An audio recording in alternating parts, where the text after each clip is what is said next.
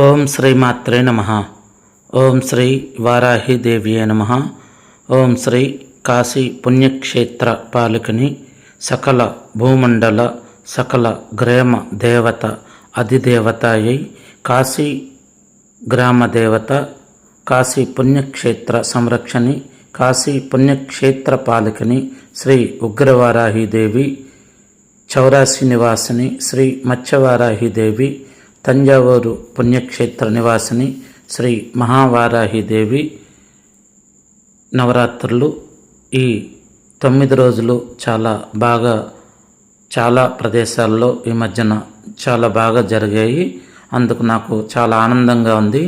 ఎందుకంటే ఇటువంటి అమ్మవారిని ఇళ్లల్లో పూజించకూడదు అని చాలామంది చెప్తూ భక్తులను భయపెడుతూ ఉంటారు. కానీ ఇప్పుడున్న పరిస్థితుల్లో మన దేశం పరిస్థితి కావచ్చు, రాష్ట్ర పరిస్థితి కావచ్చు, అలాగే మన వ్యక్తిగతమైనటువంటి సమస్యల పరిష్కారం కావచ్చు, మనము ఇటువంటి అమ్మవారిని ఆరాధించడంలో ఎటువంటి తప్పు లేదని నా యొక్క భావన. అలాగే ఈ 9 రోజులు ఘనంగా అమ్మవారికి చక్కగా రాత్రి 1 గంట 2 గంటల వరకు అమ్మకు సేవ చేస్తూ అమ్మ పూజా కార్యక్రమాలు చేస్తూ 9 రోజులు అయిన తర్వాత 10వ రోజు శుక్రవారం వచ్చింది. ఈ కారణంతో శుక్రవారం రోజున అమ్మకి పంపించడం ఇష్టం లేదు. ఎందుకంటే సాక్షాత్ మహాలక్ష్మి స్వరూపమైనటువంటి శ్రీ వారాహి దేవత సకల శక్తి స్వరూపిణి, మనల్ని కాపాడేది.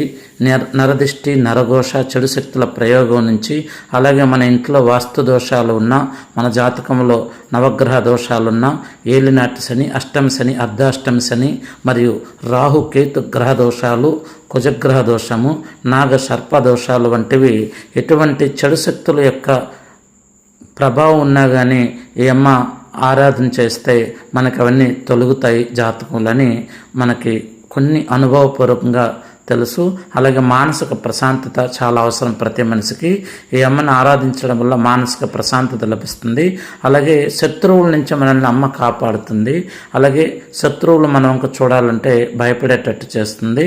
మనల్ని ఎవరైనా ఏమైనా చేయాలనుకుంటే ఈ అమ్మని ఆశ్రయించడం వల్ల ఈ అమ్మ వాళ్ళ నుంచి మనల్ని కాపాడుతుందని ఒక గట్టి నమ్మకం చాలామంది భక్తుల విశ్వాసం ఉంది.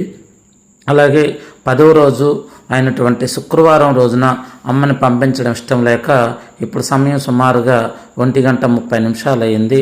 అమ్మకి ఈ సమయం వరకు పూజ చేసి రేపు శనివారం ఉదయము అమ్మకి ఉద్వాసన చెప్పి అమ్మని తప్పొప్పులుంటే మన్నించమని చెప్పి వేడుకొని అమ్మని పంపించడం జరుగుతుంది.